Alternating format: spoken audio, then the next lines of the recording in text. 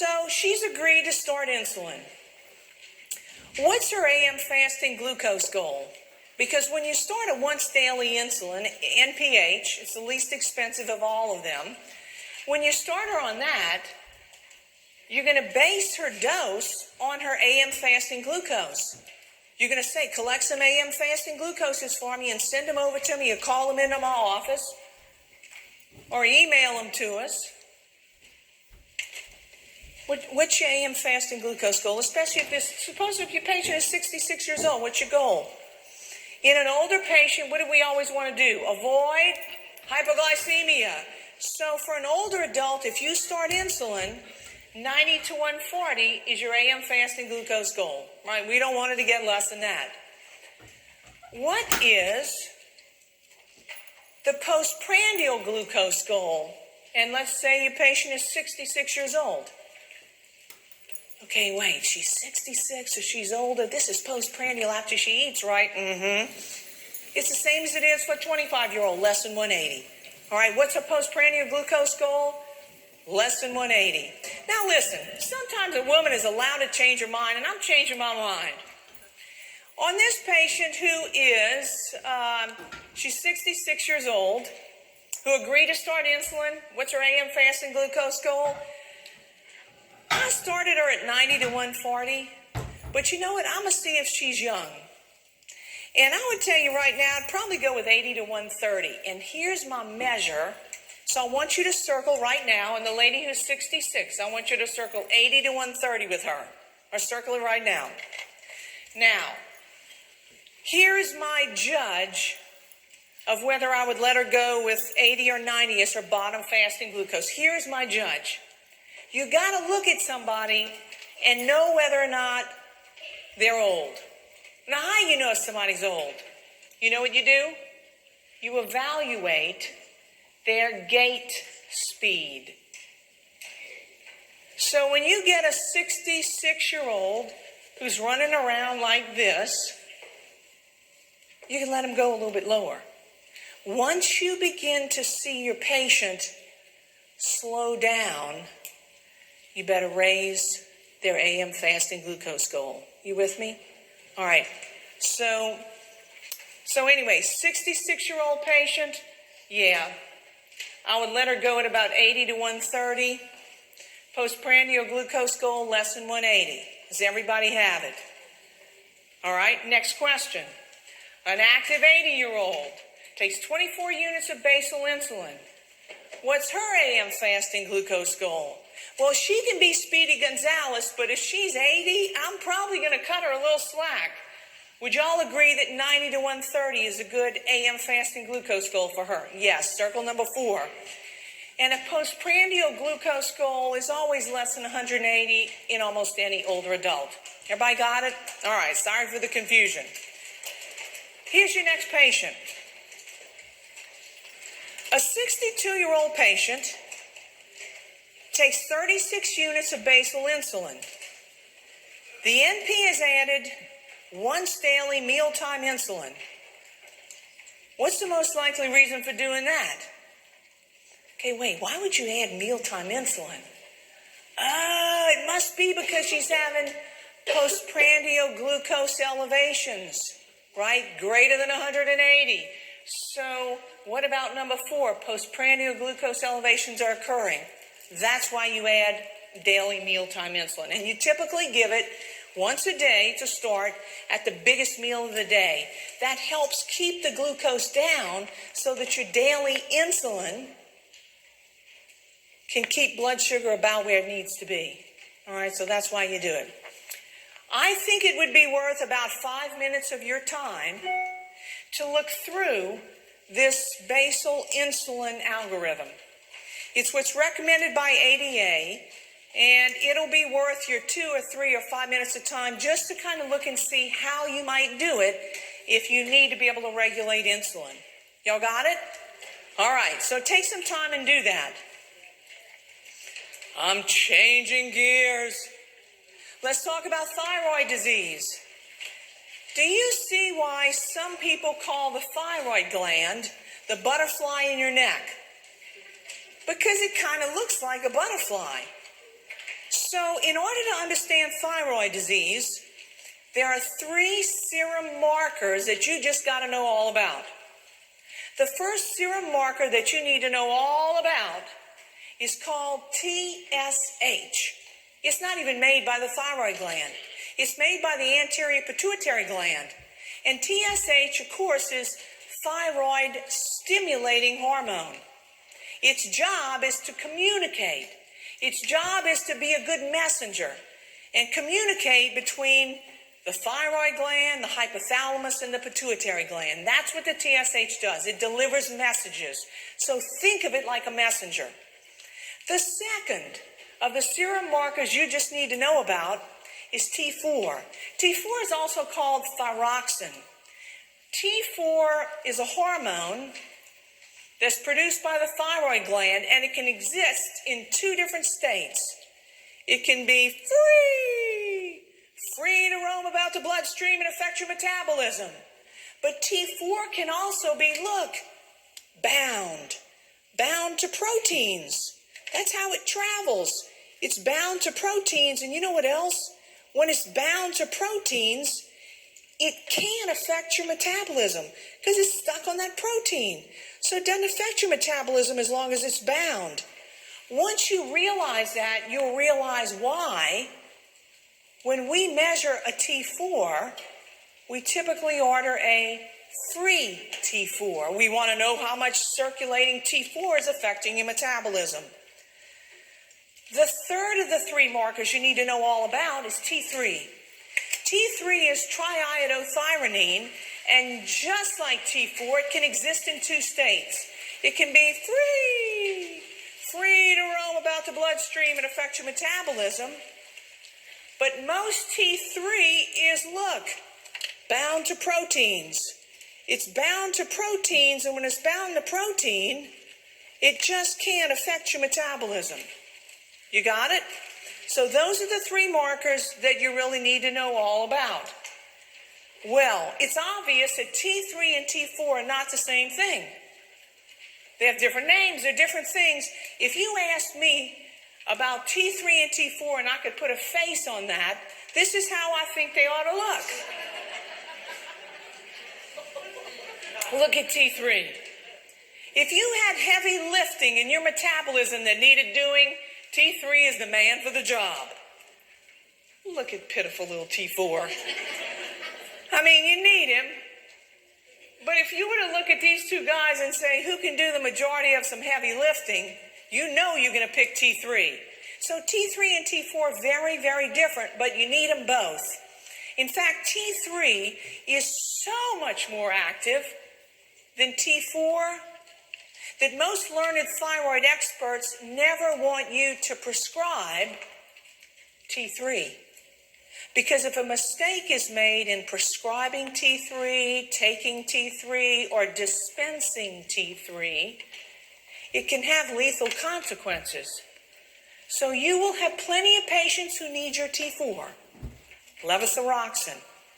Feel free to prescribe all the T4 you want. But my best advice to you is to leave T3 prescriptions to people who do that all the time and who work in Endo, because it's so much more potent than T4, all right? So that's my advice to you. What about screening strategies? You know, we screen all the time with which one of those serum markers? Which serum marker do we screen for thyroid disease with? TSH. When you get a TSH back, what are you going to do with the results? If the TSH is normal, the recommendation is no further testing. If the TSH is elevated, which makes us think about hypothyroidism, generally we add a free T4. We add a free T4 to see if that's what we're really dealing with, hypothyroidism. Sometimes you'll measure a TSH and it'll be decreased. It'll be too low. You saw it today in the little old lady when we talked about blood pressure, Miss Boudreaux, this morning in hypertension. When the TSH is decreased, we typically add a free T4 and even a T3 to see what's going on with this patient. because she clearly has some form of hyperthyroidism. So I would leave it at that, but you need to know how to behave when you get a TSH back. If it's normal, no further screening. If it's elevated, what will you do? If it's too low, what will you do with that? So this will give you and help you with some guidance. You remember I told you about patterns? There are 3 patterns that you just have to learn when it comes to thyroid disease. Here's your first one. The pattern of primary hypothyroidism is right here. The TSH is going to be elevated. The messenger is elevated. The hormone that's usually not being made in great enough supply is T4. That's the vast majority of hormone problems is with T4. The second pattern that you need to know about is the pattern of subclinical hypothyroidism. With subclinical hypothyroidism, the messenger is elevated, but the hormones are present in normal amounts. So now you might begin to understand why we're reluctant to treat people who have subclinical hypothyroidism. I'm coming back to that one. The third pattern you need to know is what the patient's labs are going to look like if they have primary hyperthyroidism. What's going to happen is the TSH is decreased, right? The messenger is decreased because they're making too much of either one or both of those thyroid hormones. You got it? That's what those patients will look like on paper. And you need to know it so you can make the right diagnosis. Well, let's talk about the one you're going to see all the time in your clinical practice. In fact, I'll bet you $1. No, double the bet, I'll make it $2. You're going to see a patient with hypothyroidism in your first week of clinical practice. That's how common this problem is. And the most common problem is called Hashimoto's thyroiditis. What is that? It's when the thyroid gland becomes inflamed and it can't do its job. Now, why did it become inflamed? I don't know. It's something autoimmune going on in that patient. So primary hypothyroidism, very, very common, and Hashimoto's is the most common reason. Well, most hypothyroidism that you are going to see in primary care is primary hypothyroidism, which means the thyroid gland is sick. It can't do its job. Very infrequently, very uncommonly, you are going to see secondary hypothyroidism. What does that mean? It means the thyroid gland is doing its job. It's either the pituitary gland or the hypothalamus that's not working properly. Thankfully, we don't run into those people very often. And when we do, you can almost never fix them. Where do we send them? Endo. Trust me when I tell you there'll be plenty of people with primary hypothyroidism for you to take care of. And you know what they look like? They tend to be female, and they tend to be older, meaning greater than age 50. You're going to see this in your first week of clinical practice because out of every 100 people you see, 2 to 5 of them will have hypothyroidism. If you're willing to raise your hand and let us know, would you please raise your hand if you have hypothyroidism?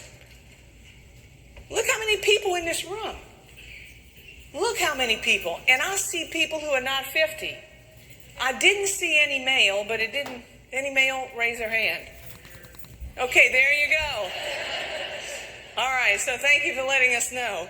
But my point is, way more women have hypothyroidism than men, and so you're going to see a lot of it. Look how many people in this room of what looks like a healthy group. So, subclinical hypothyroidism. Let's talk about what to do.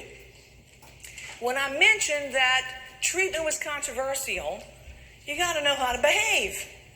So when a patient has subclinical hypothyroidism, it means that the messenger was elevated, but the hormones were present in normal amounts. Here's how you have to behave.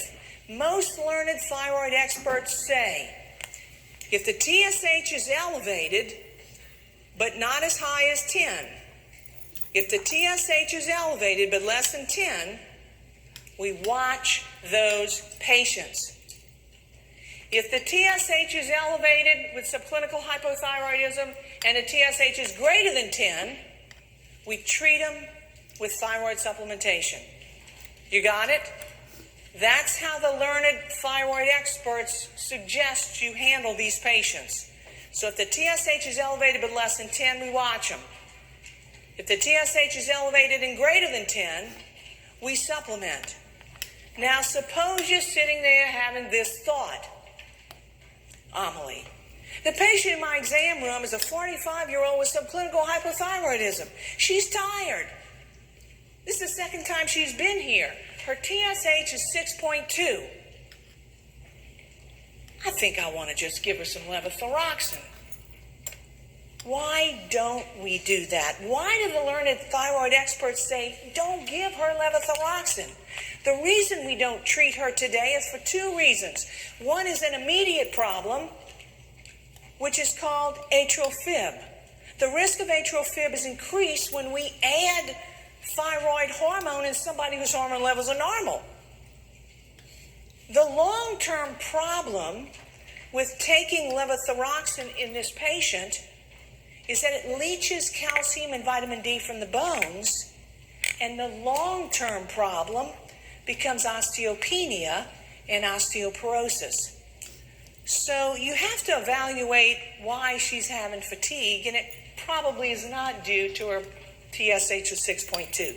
But once somebody knows that TSH is not in, whoa, they're coming in and they want meds. So number 3 is your best answer. Do you see it? Accelerated bone loss and atrial fib. Everybody got it? All right. So how are you going to replace levothyroxine? Here's a rule of thumb for you. If the patient is young and otherwise healthy, we give her 1.6 micrograms per kilogram per day. You can calculate how much they need. We start them at the full replacement dose. If someone is a middle adult, 50 to 60 years of age, we typically start them on 50 mics. If the patient is older than 60, or they have multiple comorbids, or maybe they just have underlying cardiac problems, maybe they have atrial fib, we're going to start them on 25 micrograms and go from there. So you got to know a starting dose, and this is what's generally recommended by the learned thyroid experts. So let me give you a couple more facts, and then you're going to have some patients to take care of. When you supplement somebody with levothyroxine, you are giving synthetic T4, all right? And I told you you can give that to as many patients as you want. The way that we dose it is based on ideal body weight, and you know that people absorb way more if they take their levothyroxine in the morning on an empty stomach, right? So you're going to see that. Here's the problem. You can never look into the eyes of a patient and know how much of that levothyroxine they can absorb, because humans absorb levothyroxine in the small bowel. And I don't know how much you absorb, and I don't know how much I absorb, but it varies from 40 to 80%. That's quite a bit of variation, which means that when we supplement people, we err on the side of being cautious. And there's one more problem with levothyroxine. The half-life of one levothyroxine tablet is a week. So if you over-supplement someone, it's going to be in them for a long time. So here's your patient. You diagnosed a 26-year-old female with primary hypothyroidism. Her calculated replacement is 108 mics daily. I want to know how much she should be given initially. So if you look at the bottom, it gives you the dosages of levothyroxine tablets. Well, as luck would have it, we don't have a 108 mic tablet. We have a 100 and we have a 112. So the question is, how much should she be given initially? Well, I would give her 100. Because once you give her too much, if you do, it's hard to come out. So give her 100 and let's see what that does. Maybe she's an 80% absorber and we'll be good. Circle number 3, 100 mics.